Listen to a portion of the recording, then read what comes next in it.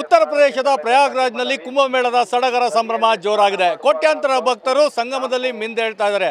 ಅದೇ ರೀತಿಯಾಗಿ ದಕ್ಷಿಣ ಕಾಶಿ ತಿರುಮಕೂಡಲ ನರಸೀಪುರದಲ್ಲೂ ಕುಂಭಮೇಳದ ಸಡಗರ ಇವತ್ತಿನಿಂದ ಆರಂಭವಾಗಿದೆ. ನಾವೀಗ ಮೈಸೂರು ಜಿಲ್ಲೆ ಟಿ ನರಸೀಪುರದ ಅಗಸ್ತ್ಯೇಶ್ವರ ದೇಗುಲದ ಬಳಿ ಇದ್ದೇವೆ.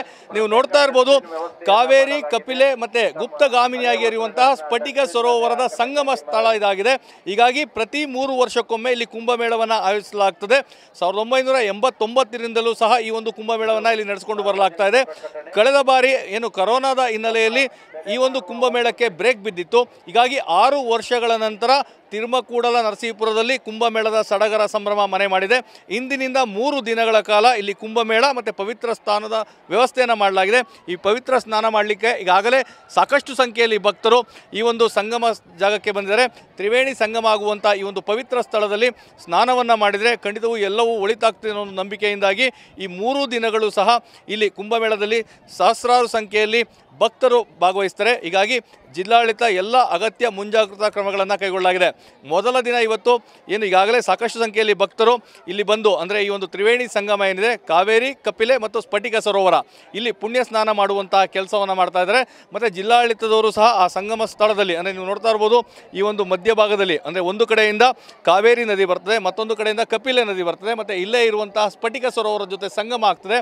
ಆ ಸಂಗಮ ಸ್ಥಳವನ್ನು ಗುರುತು ಮಾಡಿ ಅಲ್ಲಿ ತಾತ್ಕಾಲಿಕವಾದಂತಹ ಒಂದು ವ್ಯವಸ್ಥೆಯನ್ನು ಮಾಡುವಂಥ ಕೆಲಸವನ್ನು ಮಾಡಿದರೆ ಧ್ವಜಾರೋಹಣ ಅಂದರೆ ಮೊದಲ ದಿನ ಇವತ್ತು ಧ್ವಜಾರೋಹಣ ಮತ್ತು ಧಾರ್ಮಿಕ ಸಭೆಯನ್ನು ಆಯೋಜಿಸಲಾಗಿದೆ. ಮೊದಲ ದಿನದಿಂದಲೇ ಗಣಹೋಮ ಸೇರಿದಂತೆ ವಿವಿಧ ಹೋಮಗಳನ್ನು ಬೆಳಗಿನ ಜಾವದಿಂದ ಮಾಡಲಾಗ್ತಾ ಇದೆ. ಮತ್ತು ಇವತ್ತು ಆದ ನಂತರ 2ನೇ ದಿನ ಅಂದರೆ ನಾಳೆ 2ನೇ ದಿನ ಇಲ್ಲಿ ಒಂದು ಅಂದರೆ ಮಠಾಧೀಶರು ವಿವಿಧ ಮಠಾಧೀಶರು ಏನು ಭಾಗವಹಿಸ್ತಾರೆ.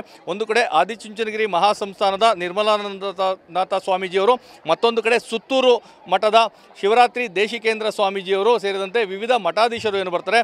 ನಾಳೆ ಒಂದು ಬೆಳ್ಳಿ ರಥದಲ್ಲಿ ಎಲ್ಲ ಮಠಾಧೀಶರ ಭವ್ಯ ಮೆರವಣಿಗೆಯನ್ನು ಇದೇ ಒಂದು ಅಗಸ್ತ್ಯೇಶ್ವರ ದೇಗುಲದ ಆವರಣದಿಂದ ಟಿ ನರಸೀಪುರದ ಪ್ರಮುಖ ರಸ್ತೆಗಳಲ್ಲಿ ಮೆರವಣಿಗೆ ಮಾಡುವ ಮುಖಾಂತರವಾಗಿ ಕುಂಭಮೇಳಕ್ಕೆ 2ನೇ ದಿನದ ಕಾರ್ಯಕ್ರಮವನ್ನು ನಡೆಸಲಾಗ್ತದೆ.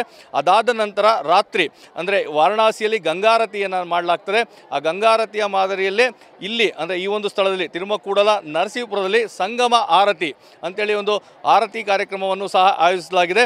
ವಾರಣಾಸಿಯಿಂದ ತಜ್ಞರನ್ನು ಕರೆಸಿ ಆ ಒಂದು ಸಂಗಮ ಆರತಿಯನ್ನು ಇಲ್ಲಿ ನೆರವೇರಿಸಲಾಗ್ತದೆ.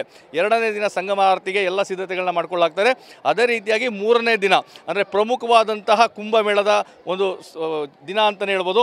ಯಾಕಂದರೆ ಪುಣ್ಯ ಸ್ನಾನಕ್ಕೆ ಅವತ್ತೇ ಎಲ್ಲ ವ್ಯವಸ್ಥೆಗಳನ್ನು ಮಾಡಲಾಗಿದೆ.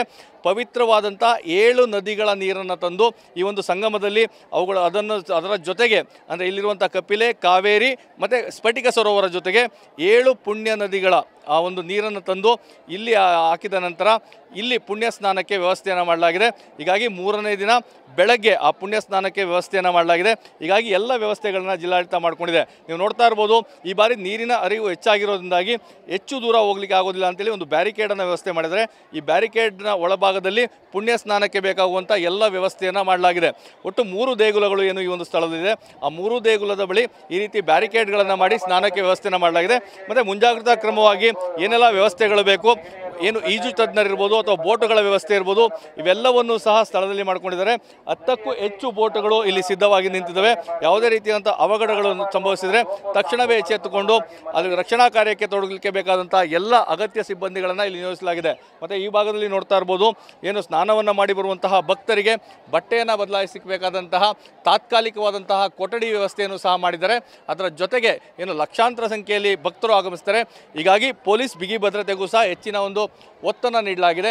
SP ವಿಷ್ಣುವರ್ಧನ್ ಅವರ ನೇತೃತ್ವದಲ್ಲಿ additional SP, DYSP, inspector, sub inspector, ASIಗಳು ಸೇರಿದಂತೆ 1000ಕ್ಕೂ ಹೆಚ್ಚು ಸಿಬ್ಬಂದಿಗಳನ್ನು ಈ ಒಂದು ಟಿ ನರಸೀಪುರದಲ್ಲಿ ನಿಯೋಜನೆಯನ್ನು ಮಾಡಲಾಗಿದೆ. ಇದರ ಜೊತೆಗೆ ಅಗ್ನಿಶಾಮಕ ದಳದ ಸಿಬ್ಬಂದಿ ಇರ್ಬೋದು, ಮುಳುಗು ತಜ್ಞರಿರ್ಬೋದು, ಹೀಗೆ ಎಲ್ಲ ರೀತಿಯಾದಂತಹ ಸಿಬ್ಬಂದಿಗಳನ್ನು ಒಂದು ವ್ಯವಸ್ಥೆಯನ್ನು ಇಲ್ಲಿ ಮಾಡಿಕೊಳ್ಳಲಾಗಿದೆ. ಹೀಗಾಗಿ ಒಂದು ಕಡೆ ಪ್ರಯಾಗ್ರಾಜ್ನಲ್ಲಿ ಏನು ಕುಂಭಮೇಳದಲ್ಲಿ ಯಾರಿಗೆ ಅವಕಾಶ ಸಿಗೋದಿಲ್ಲ ಹೋಗಲಿಕ್ಕೆ, ಸೊ ನಾವು ಅಲ್ಲಿಗೆ ಹೋಗಬೇಕು ಅಂತ ಅವಕಾಶವನ್ನು ಕಾಯ್ತಾ ಇದ್ರು, ಅವರೆಲ್ಲರಿಗೂ ಸಹ ಸಾಂಸ್ಕೃತಿಕ ನಗರಿ ಮೈಸೂರು ಜಿಲ್ಲೆಯ ಟಿ ನರಸೀಪುರದಲ್ಲಿ ಅಗಸ್ತ್ಯೇಶ್ವರ ಸ್ವಾಮಿ ದೇಗುಲದ ಈ ಒಂದು ಸ್ಥಳದಲ್ಲಿ ಕಾವೇರಿ, ಕಪಿಲೆ ಮತ್ತು ಸ್ಫಟಿಕ ಸರೋವರದ ಸಂಗಮ ತ್ರಿವೇಣಿ ಸ್ಥಳ ಇದೆ. ಇಲ್ಲಿ ಸ್ನಾನ ಮಾಡಲಿಕ್ಕೆ ಎಲ್ಲ ಅವಕಾಶಗಳಿದೆ. ಹೀಗಾಗಿ ಲಕ್ಷಾಂತರ ಸಂಖ್ಯೆಯಲ್ಲಿ ಕೇವಲ ನಮ್ಮ ರಾಜ್ಯದವರು ಮಾತ್ರವಲ್ಲ, ಬೇರೆ ಬೇರೆ ರಾಜ್ಯದ ಭಕ್ತರು ಸಹ ಆಗಮಿಸುವ ನಿರೀಕ್ಷೆ ಇದೆ. ಹೀಗಾಗಿ ಜಿಲ್ಲಾಡಳಿತ ಎಲ್ಲ ಸಿದ್ಧತೆಗಳನ್ನು ಸಹ ಮಾಡಿಕೊಳ್ಳಲಿದೆ. ತಿರುಮಕೂಡಲ ನರಸೀಪುರದಿಂದ ಕ್ಯಾಮ್ರಾ ಪರ್ಸನ್ ಪ್ರಮೋದ್ ಜೊತೆ ರಾಮ್, TV9 ಮೈಸೂರು.